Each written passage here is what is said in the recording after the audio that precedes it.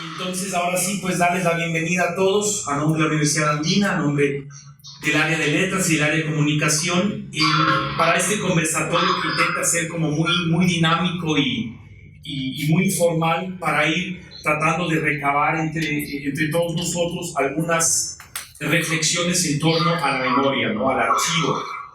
Era arrancar preguntándonos por qué es importante hacer registros en el performance, por qué hay que hacer archivo, por qué si esto es un acontecimiento que sucede en el momento del performance aquí y ahora, por qué habría que grabarlo, por qué habría que hacer un archivo, por qué habría que preocuparse por esa memoria. Sí, bueno, es una pregunta que igual nos la estamos haciendo nosotros y que hemos traído un montón de allí, un problema, pero o sea, siempre está como en cuestionamiento esta idea de pues si el cuerpo ya deja una memoria, ¿para qué objetualizar esa misma acción, ¿no? Entonces creo que aún estamos en esa disyuntiva. Inicialmente hemos considerado esta cuestión de archivo porque pues aquí en Quito y en Ecuador creo que pues, en relación al tema de la performance pues no existe nada. O sea, hay una publicación de Damián Toro, entonces bueno, ahí están fotografías, videos, las acciones mismas que se han registrado por los 90s. Tiene mucho hilo que cortar la pregunta porque yo mismo me planteo para qué hacer el registro de una acción, si es una acción efímera, ¿no? ¿Cuáles son los retos que el registro trae, siendo el performance una manifestación tridimensional y el registro tiene que obligadamente llevarnos a la fotografía, el registro tal como lo conocemos convencionalmente, ¿no? Nos lleva a la fotografía, nos lleva al sonido, y en qué medida esas dificultades o esos problemas que pudieran surgir en la traducción no nos terminan de liberar de la forma tradicional como la historia del arte ha construido el registro. Está esta cuestión de objetualizar, digamos, el momento vivido, digamos, por este mismo tema de historizar, ¿no? Historizar y institucionalizar, digamos, también en cierta medida, ¿no? Porque eso es historizar la práctica de performance, pero esto ya igualmente creo que como la performance ya es también una conversación vieja, ¿sí, no? Nosotros habíamos comenzado a hacer video performance, es decir que el registro como tal viene implícito porque en verdad trabajamos para la cámara. Para nosotros es una experiencia súper extraña trabajar sin la cámara. O son foto performance, es decir, es otro tipo de actividad bastante difícil. Sin embargo, ahora en una práctica que tengo de investigadora y ahora que me he ocupado un montón con historia, yo pienso que es importante en un contexto social. Es decir, porque, bueno, primero para tu propio trabajo, porque nosotros con Karen el año pasado nos pusimos como reto hacer un catálogo y ese catálogo no hubiera sido posible sin los registros que teníamos. Pero además de eso, ese catálogo es un proyecto editorial, o sea, implicaba una reflexión sobre nuestro propio trabajo y nos permitió ver desde el 2007 hasta el 2014 qué habíamos hecho y cómo ubicar nuestro propio trabajo, no para los demás, sino para nosotros mismos en primera instancia. Y luego también, desde mi práctica de investigación, sí considero que es súper triste cuando no hay registro de las cosas que pasaron. Bueno, justamente yo también reflexionando sobre el registro, pues yo lo veo como una posibilidad dentro de las dos áreas, tanto en el ámbito de la investigación, ahorita que estoy justo aquí en Andina haciendo una investigación sobre performance, qué importante es ir a un registro, ir a un archivo. Ayer justamente en la conversación se hablaba del referente, ¿no? Y de los referentes de performance que aquí en el Ecuador tenemos y qué difícil es acceder a eso, sobre todo cuando se han gestado estas acciones hasta antes de los años 90. Nosotros que claro, o personas que nos estamos vinculando más recientemente con el performance acá, se nos hace difícil porque tal vez no tenemos los contactos de todos los artistas. Entonces es súper importante porque ¿cómo hacemos la investigación si no tenemos un registro, si no estuvimos ahí? Y ya desde el lado hablando como artista en sí, me parece que es importante viéndole desde el punto de otro lugar en cuanto a la circulación. ¿Qué pasa con la gente que no pudo asistir, que no estuvo ahí, pero que de alguna manera quisiéramos nosotros llegar o quisiera ver? Que pensaría yo que sin el registro no sería eso posible. Bueno, por un lado tenemos, lo que les estaba diciendo es quién registra. Por un lado aquí tenemos artistas que hablan del registro de su obra, y por otro lado también tenemos plataformas que les interesa tener un registro. Entonces creo que ahí hay una diferencia entre cómo el artista quiere tener su obra y la plataforma como. En el caso, por ejemplo, de Elena, como decíamos, es un grupo de investigación que quiere tener respuestas acerca de qué es el performance, de cómo se construye, una serie de inquietudes donde el registro se vuelve muy importante. De hecho, sin esos registros, al día de hoy nosotros no podríamos hacer, digamos, ese tipo de selecciones que están en este momento en el CAC. Esa selección de obras que hablan sobre temas específicos no se puede hacer si no están esos registros. No sé si tiene que ver con ver la obra en toda su dimensión, pero sí tiene que ver con el momento en que se hizo, por qué se hizo, cuándo se puso en escena. O sea, hay como otras necesidades de diálogo, y en ese sentido creo que hay varias experiencias. Está la experiencia directa del público cuando está en el performance, está la experiencia del público cuando ve eso en escena en relación a otras obras, y también está como la experiencia misma de construir el archivo. Es que la práctica del performance pues está relacionada directamente con el uso del video, ¿no? O sea, uno piensa en esa historia del performance y piensa, por ejemplo, en Víctor Conchi. Los primeros performances se hicieron para cámaras de video. Luego pues hay un asunto contradictorio ahí, porque también en el mismo momento como de arte conceptual también con el land art, con el arte de la tierra, se le critica como al registro que pasa de ser una obra de arte efímero a las galerías, ¿no? Ahora, entiendo que hay archivos que son absolutamente antidemocráticos. Hay un archivo de granos, hay un archivo de identidad, sería todo el archivo. Por lo tanto, creo que la performance, en alguna medida, ya hace mucho tiempo viene discutiendo sobre el tema del registro, y ya hace un tiempo ya ha aparecido esta idea, digamos, de cómo archivar lo que se está construyendo, lo que se está haciendo. Nosotros desde Experiencia de Dibujo Salvaje hemos trabajado básicamente como varios procesos, tanto de investigación como de creación en archivo. Yo creo que no hay que olvidar el origen del archivo, que surge en el siglo XVIII, ¿no es cierto?, como una forma de catalogación, es decir, tiene una herencia colonial el archivo para poder descifrar, designar. Creo que estamos en un momento muy interesante en donde el archivo se ha vuelto como un campo de pugna. Efectivamente, el uso de las bajas tecnologías nos ha posibilitado también que el archivo sea contenedor de unas epistemologías que pudieran decir mucho de aquello que no está catalogado en términos normales, hegemónicos, dominantes.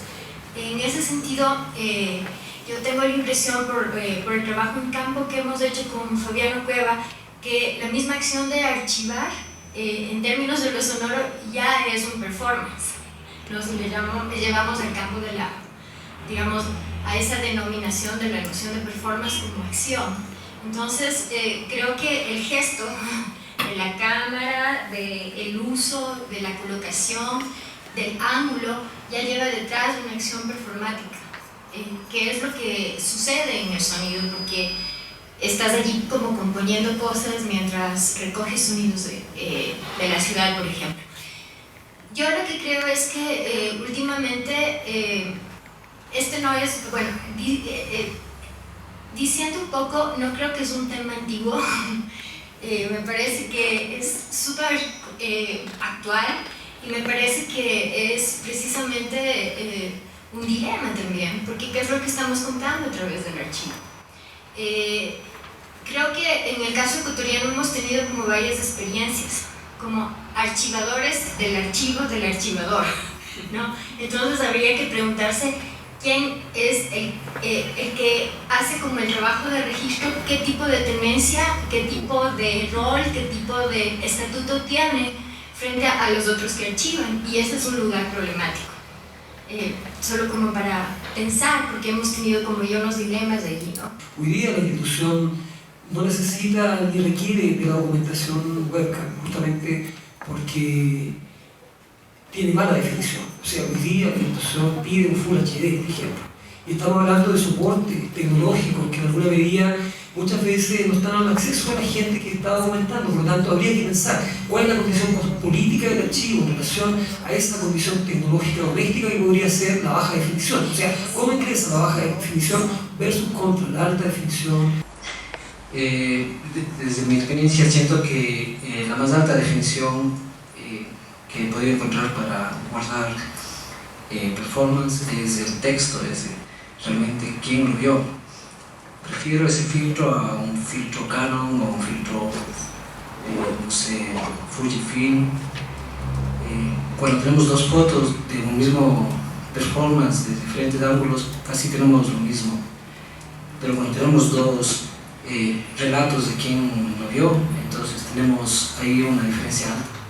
Entonces todavía el filtro humano creo que es el mayor, a pesar de todo lo que puede haber o todo lo que puede interactuar, la memoria de quien lo vio, creo que el filtro humano todavía es la más alta definición. Y creo que de lo que tú hablas un poco, lo que estoy hablando es un poco una cuestión esteticista. A mí que el archivo sea con mayor definición, menor definición, eso me da igual. Estoy de acuerdo que el mejor archivo es la confrontación de diferentes tomas, ¿no? Y creo que es una cuestión, para empezar, quizá respondiendo a la primera pregunta que se hizo, el archivo es una cuestión de confianza, más bien de falta de confianza. Es decir, si uno está, yo soy performer también, si uno estuviera absolutamente convencido de esa presencia, la importancia de esa presencia de su performance, realmente le daría igual el archivo. A quien no le da igual es al resto de la gente. Para mí es necesario el archivo. Es necesario por pensar que el arte es una cuestión de comunicación y que tiene que llegar a gente que no está presente o que se ha disminuido en su poder, ¿vale?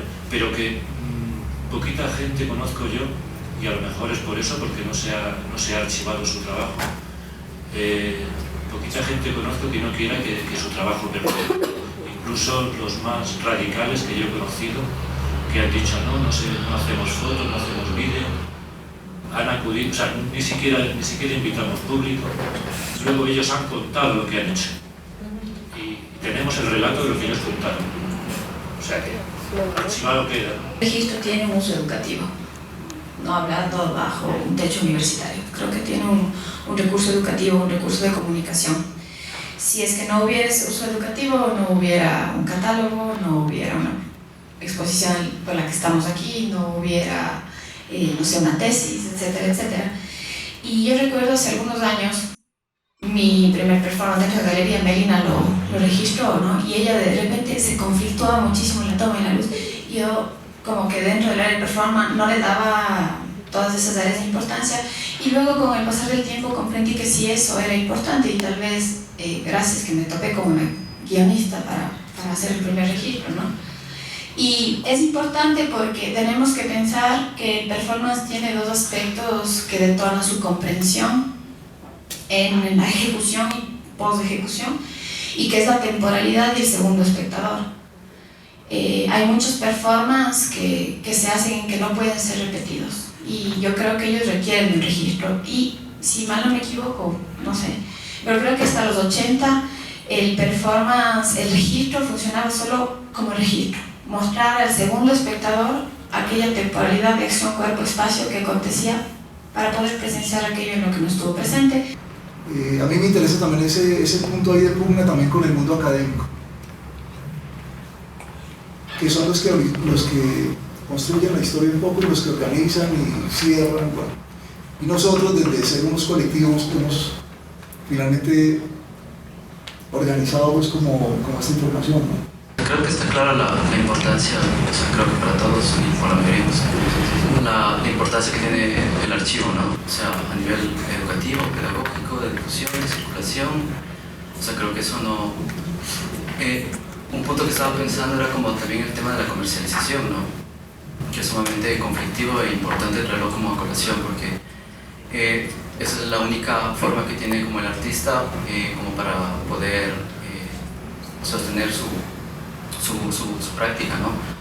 Y también porque de esa forma se objetualiza la presentación a través de esta representación que puede ser una fotografía, un video, y bueno, ahí estamos entrando como en los términos grosos del arte contemporáneo, en los que se puede comercializar una foto, un video.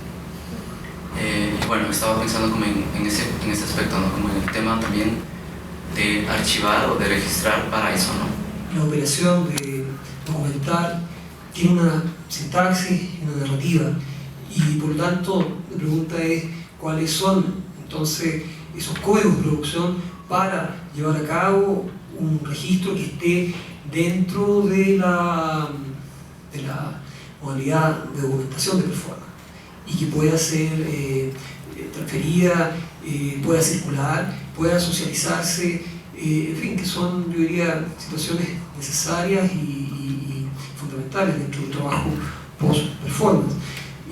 Esa narrativa en alguna medida también ingresa en la posibilidad de construcción de fotografía para circulaciones también comerciales y que me parece que son necesarias en función de lo que uno hace y deja. Pero también en esta condición de dejar existen objetos afectados. Después de una performance existe una materialidad que tiene también un valor de archivo. O sea, yo tengo una documentación material y objetual de tierra artista, sangre artista, caca artista, camisa artista rayada, y bueno, todo eso, fragmentos, pequeños vestigios de memoria, arman todo en función de lo que ha ido sucediendo en esta historia de la performance en Chile. Entonces, saltamos a otro soporte, saltamos a otra materialidad que ya no tiene que ver con la fotografía, no tiene que ver con el grano, no tiene que ver con la señal electrónica o en fin, uno es cero. Yo no sé vosotros, yo no pienso que pueda haber un registro objetivo, no lo creo que es un registro objetivo. Cuando estás haciendo vídeo, cuando haces foto de un acontecimiento, tú tienes un punto de vista, un ángulo, una historia previa, qué quieres decir. Yo he grabado muchos vídeos de performance. Y bueno, hemos tenido experiencias como por ejemplo que ha habido gente que hace documentación, que hace fotografía y video, que son demasiado creativos. Entonces en esa creatividad también no le hacen justicia a lo que están documentando y lo transforman por la narrativa, por los ángulos, por la manera como están documentando, y a veces hemos tenido cosas que se han echado a perder por eso. Entonces es muy importante que esa persona que va a documentar no le vaya a imponer. Obviamente va a tener, es una autoría entre un fotógrafo, un camarógrafo y un artista, ¿no? Porque el artista además decide si le da el visto bueno al documento, a ese resultado. A 5 años de la realización de 12 a 12, pues creo que es muy importante repensar un poco cuál es el papel también de la institución, ¿no? Pues es un poco el lugar desde donde se gestó el de 12 a 12, también como un poco hablando desde la memoria y también desde un ejercicio de archivo. El de 12 a 12 fue una experiencia que generó 12 horas de performance en el Museo Camilo Egas en el 2010 con 12 artistas que fueron seleccionados de acuerdo a su trayectoria y de acuerdo a ciertas consideraciones. También estuvo gente de Guayaquil, estuvo Javier Blum de Cuenca, estuvo Hernán Balcurucu, también estuvo Olmedo Alvarado, estuvo alguna gente de Quito. Entonces, en ese sentido fue una experiencia bastante interesante que se realizó a nivel nacional. Fue el primer encuentro con Wilson Díaz. Estuvimos también con el archivo de Leona Producciones, una muestra de pequeños momentos del Festival de Performance de Cali, y también fue interesante la mediación que se hizo. Yo te comentaba, Meli, que fue interesante acercar otro tipo de públicos al arte de performance, porque si bien como sé que están 15.000 personas y que tuvieron que ir al Coliseo Rumiñahui porque estaba agotado de gente que quiere hablar de performance, pues también ese es un cuestionamiento. ¿Por qué hay poca gente? ¿Por qué este tema, esta reticencia que hay, este desconocimiento que hay acerca del arte de performance es porque pues los pequeños, los adolescentes, los jóvenes pues no tienen contacto con el arte del performance, y del performance seguimos hablando los mismos, están los mismos artistas, pero muestras de performance pues a veces es un poco complejo, y eso también era una reflexión que se generó a raíz del de 12 a 12, que fue un espacio, como comento, de archivo, de memoria, también de repensar cómo acercar a nuevos públicos, cómo acercar a nuevos creadores a lo que es el arte de performance, ¿no? Entonces me parece que iniciativas como la que se están realizando en este momento deben como continuar, y me parece bastante oportuno y también de cierta forma pertinente este acercamiento que ustedes han hecho con de 12 a 12, porque es como un eslabón perdido en el archivo y en la memoria, no es como un evento que se hizo, que tuvo un contexto, que tuvo una presencia. Creo que varios de los artistas como Valeria Andrade, Danilo Zamora, el Pato Ponce, Javier Blum, que tiene una trayectoria bastante grande en el Guayas, Olmedo Alvarado, que es de los pioneros de arte de performance en Ecuador. Entonces fue estuvo la gente del Depósito, el Omar, o sea, un despliegue bastante interesante, bastante nutrido, la Saskia Calderón, pues entonces estuvo muy, muy interesante esto, y pues ver las resonancias que están ahora, y qué es lo que está pasando y cuáles son los ejercicios de archivo también desde la institución, ¿no? Que este proyecto esté ahora en el Centro de Arte Contemporáneo también ya da cuenta de la necesidad de encontrarse, porque claro, hablamos de dos monstruos, ¿no? Performance de Chile y el Festival de Performance de Cali, pues ya es otro, estamos en otro nivel, pero en Ecuador son como chispazos, ¿no? Como elementos como dispersos aún, y creo que esa es la tarea que tienen a partir de las dos experiencias madres que ustedes han seleccionado, como el Festival de Chile, como el Festival de Colombia, pues un poco amalgamar lo que ha pasado en la historia del performance más a nivel nacional. En este punto quería concretar mi preocupación, y era, hemos tenido que llevar el archivo al museo otra vez como forma de legitimarlo y sacar las conversaciones y el en vivo a otro espacio que tal vez es un punto más de generación de otro tipo de historia que está por archivarse, como pregunta, ¿no? O sea, ¿cuál es el lugar del archivo? Les pregunto a ustedes, ¿es el mejor lugar para que funcione? O a lo mejor están pendientes de otro tipo de dispositivos para compartir ese archivo. ¿Qué pasaba si el archivo en este punto no estaba dispuesto en un espacio de museo, en un espacio, no me estoy quejando, estoy súper contenta de que esté allí, pero es un cuestionamiento, ¿no? Por un lado eso, y solo dejar planteado el otro tema del que hablábamos con respecto al asunto de cómo se registra. Yo creo que es bien complejo, creo que Fernando tenía razón, uno no deja de estar dentro del registro cuando estás detrás de o la cámara, o el sonido, o cualquier otro, o el texto, o cualquier otra forma de registro, no dejas de estar ahí. Pero creo que o sea, ese que tú estás ahí no deja de plantearte también para quién estás allí. O sea, estás registrando para la galería, estás registrando para el público, estás registrando para el artista. ¿Cómo conjuntar aquello? ¿Es posible tener una respuesta para aquello, o es que tendríamos que tener como diversas versiones? Y yo no creo que es una discusión acabada, porque, bueno, yo vengo del cine, entonces siempre siento que es un encuentro entre dos lenguajes. Nosotros hacemos este archivo y los artistas lo pueden usar con fines de difusión, nosotros también con fines de, como por ejemplo esta exposición que están viendo acá. Y pienso que se hace para el arte, porque se hace finalmente para construir una obra. Por eso se puede vender una galería, porque no tiene ninguna diferencia con una escultura, con una pintura, con cualquier otro objeto que pueda circular en el mercado, llevándolo al tema de mercado que también se ha hablado acá. Entonces pienso en ese sentido que se hace con las intenciones de construir una imagen, de construir un relato, de construir de traducir de cierta manera una experiencia, aunque posiblemente no lo logre, porque eso se queda en la experiencia real y en la memoria de los espectadores. Pero pienso que se hace en ese sentido de lograr construir porque lo que nosotros vemos como la historia del performance, pues son esas fotografías y esos videos que primero se hicieron con unas cámaras en los 70s, 80s, y eso es lo que conocemos un poco como en ese sentido, ¿no? Que tiene una estética, que esa estética de lo precario, de esos formatos, es importante, y y es una estética además deseada y que se ha estilizado también, pero pienso que se hace en el sentido de, porque finalmente los artistas son los que le dan el visto bueno a esas piezas. Cuando un artista escoge 5 fotos y las monta y ese es su performance, su documento de performance que va a circular como imagen del trabajo que hizo, o quien le da el visto bueno a los videos también. ¿Y qué pasa cuando el fotógrafo es parte de la performance, por ejemplo? O sea, en este caso, cuando el performista privilegia el primerísimo primer plano, o sea, el primerísimo primer plano versus el plano general, o el panorámico. O sea, ¿qué sucede en relación a esa construcción de un plano que documenta la mínima construcción de acción?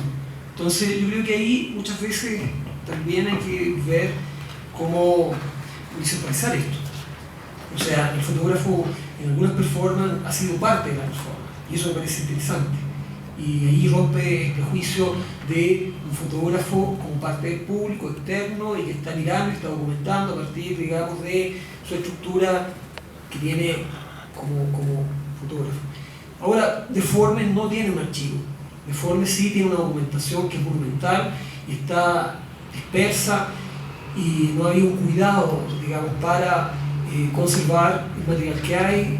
Yo creo que la invitación de Melina, Juan Pablo, a este proyecto Cuerpo Pacífico implicó una urgente revisión del material que tenemos, y nos encontramos con material en pérdida, material tropeado en cintas mini DV, y el material digital yo creo que goza de mejor salud, pero igual nos pasó una situación que hemos tratado de resolver, que fueron las 3 primeras bienales donde nosotros no colocamos filtro ni restricción para la fotografía, y por lo tanto las performances eran fotografiadas por 20 fotógrafos más los asistentes con sus teléfonos y flash.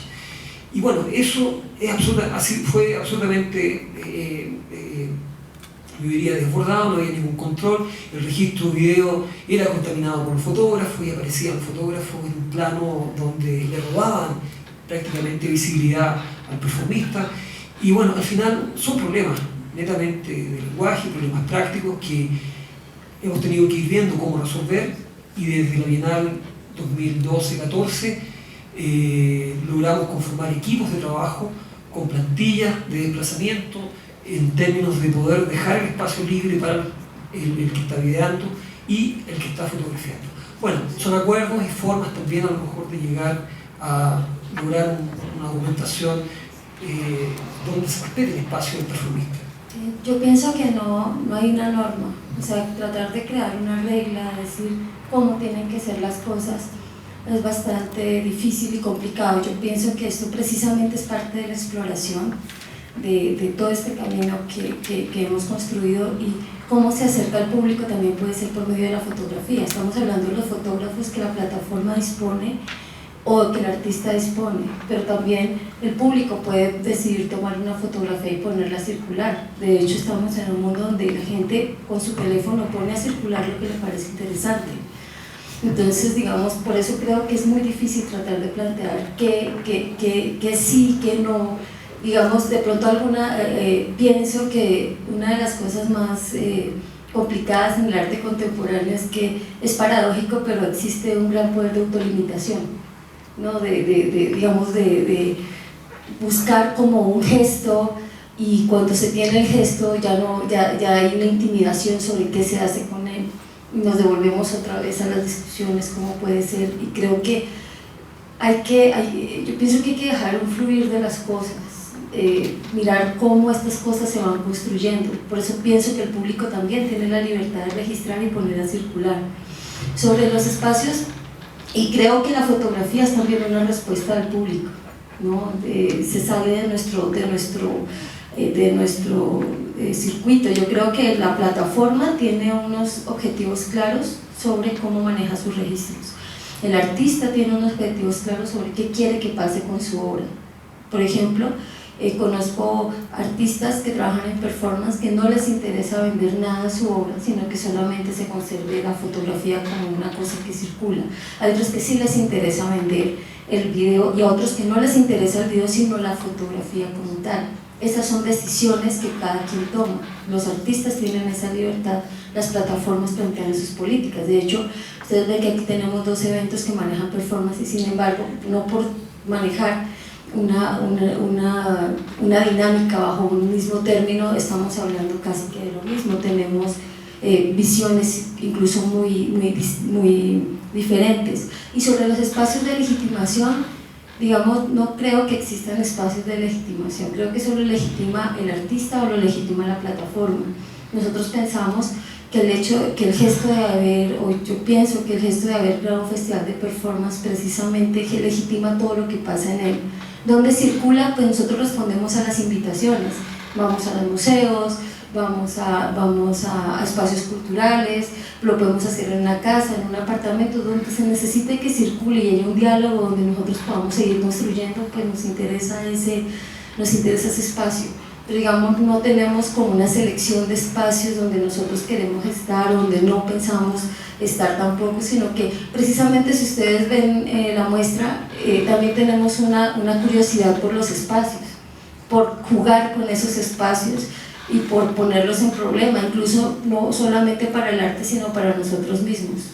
Entonces yo creo que lo más importante es que el artista sí debe siempre tener una palabra sobre cómo es su obra, aunque circulen 10.000 fotografías más, ¿no es cierto? Pero la última obra final, la que es tuya, la que tú dices, la que le pones en el portafolio, la que le tienes, a la que le quieres, es la que tomó tu pana la foto y tú la tienes ahí y dices, esta es África y esta es una foto performance y mide tanto por tanto y le vas delimitando, digamos, pero sí es un terreno bien ambiguo en donde vas negociando constantemente.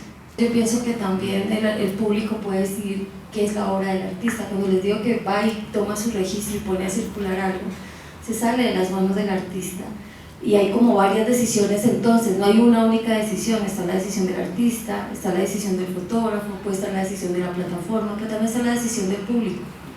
Incluso el público puede tomar la decisión de olvidar el performance y simplemente no tomarlo nunca en cuenta, ni siquiera hablar de él. Y por otro lado puede que un performance dure mucho tiempo en boca de la gente, como digamos nos ha pasado a nosotros. En Cali, cuando se habla del festival, a veces la gente se acuerda de 1 o 2 performances y dice, ya me acordé, o sea, se acuerda de una acción específica. Entonces también creo que hay múltiples decisiones que se toman y creo que se me va a olvidar algo al decirle la legitimación. Creo que, por ejemplo, el festival ha sido legitimado por los propios artistas. Realmente el festival fue algo que se puso a rodar y que incentivaba cosas, pero hubiera podido no pasar nada con el festival si los artistas no hubieran respondido, si el público no hubiera respondido. Entonces realmente creo que los primeros legitimadores son los artistas y el público. Luego, cuando uno tiene toda esa información, pues trata de organizarla, trata de ponerla en coherencia, pero también hay que pensar que esa información responde también a las necesidades que la gente va planteando, porque incluso la gente se apodera de los espacios y hay cosas que exige, hay cosas que perdona, hay cosas que no perdona. Entonces creo que precisamente estas plataformas también son de construcción colectiva. Y claro, yo lo que creo es que es una de las vidas posibles del archivo, o sea que no está mal que esos archivos circulen dentro de una institución, y lo digo desde la institución y lo digo desde mi práctica artística, porque creo que es una posibilidad y una gran posibilidad en la medida en que la institución es un mediador con esos gestores culturales, con esos artistas, y que además posee una infraestructura que permite que estos contenidos y estas conversaciones y estos diálogos y estas articulaciones sean posibles. Entonces creo que más bien existe una coyuntura importante para que esas cosas sucedan, y un poco pienso en las cosas que decía ayer Wilson, y que esta idea de estar siempre en contradicción con la institución a veces puede ser como conflictiva, porque creo que la institución también tiene que ser vista no solo como un espacio de legitimidad, sino como un espacio de negociación posible. y que creo que eso es como súper importante, que es una forma de puesta en valor de las 101 millones de posibilidades de formas de puesta en valor, no la única. Y bueno, la Anita me dice que les haga una cuña, que a nosotros sí nos interesa vender la obra. Creo que a todos, ¿no?